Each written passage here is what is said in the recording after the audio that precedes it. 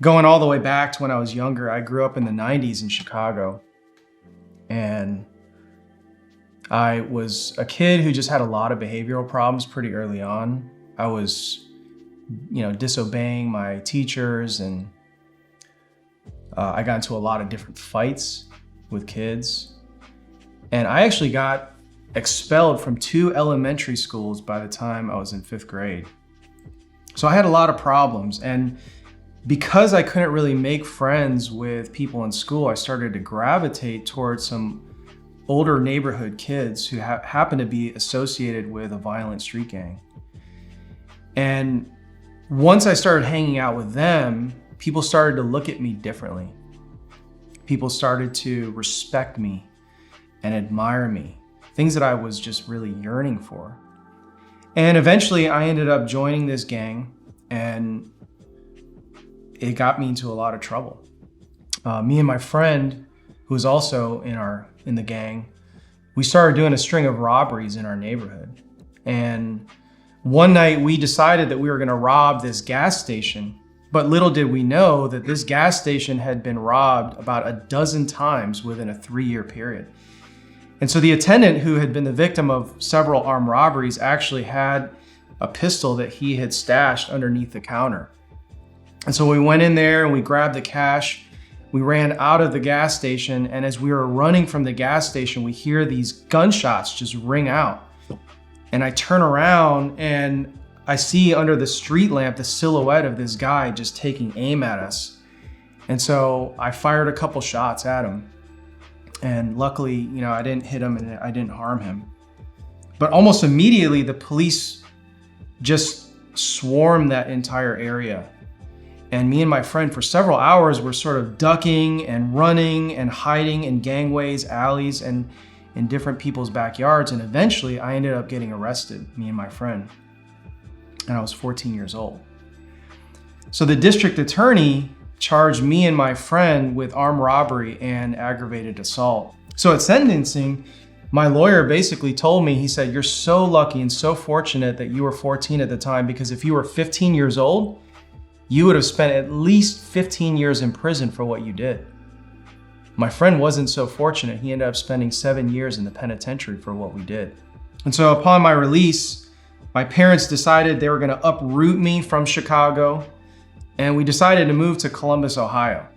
And I think in their mind, what they were thinking was, if we could get him as far away from his friends as possible, then we can keep him from trouble. But they vastly underestimated my ability to find trouble. And so almost within a year, I was again in the back of a squad car facing 2 charges of aggravated assault.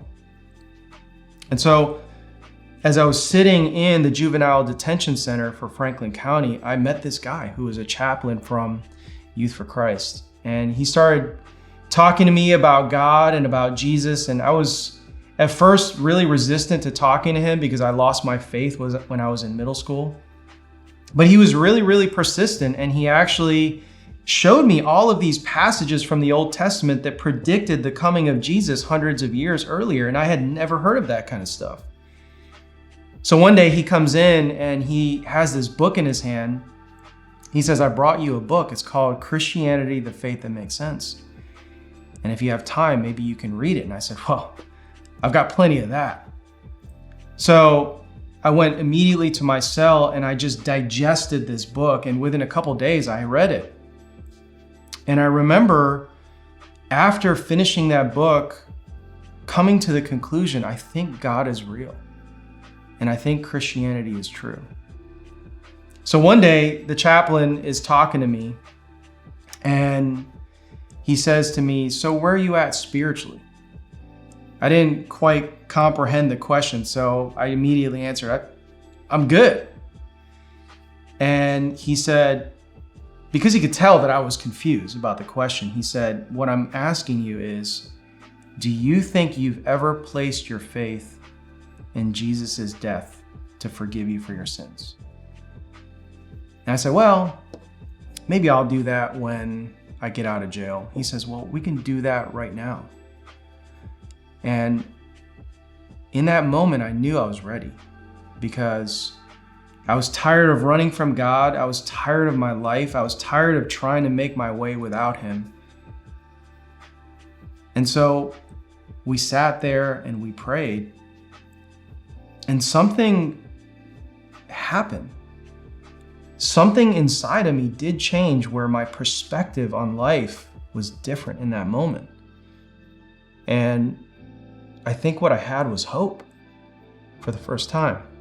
Upon my release, several days after, I get this phone call, and it's the chaplain. He says, "Hey, so what are you doing?" I said, "Well, nothing, because I'm on parole."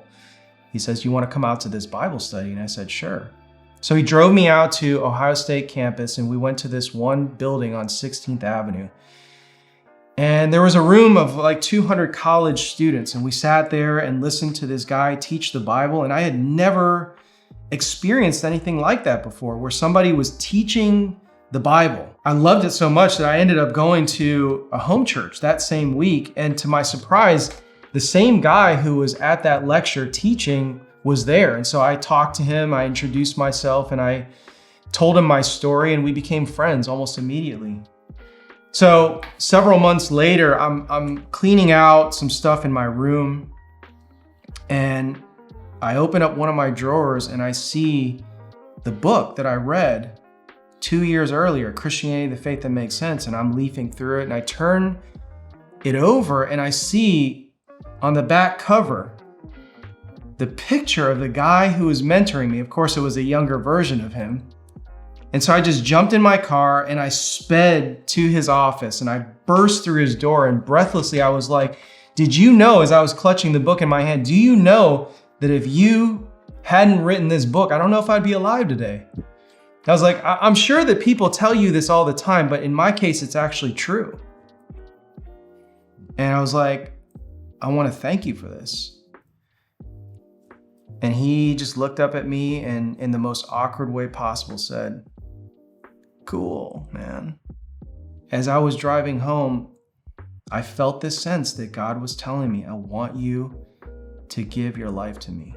You know, normally when we think about how God uses all things for good, we think about our suffering or our trials or our hardship.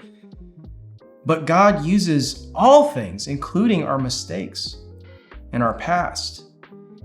And for me, that was very helpful, because I look back at my life before meeting Christ, and there's so many things that I've done.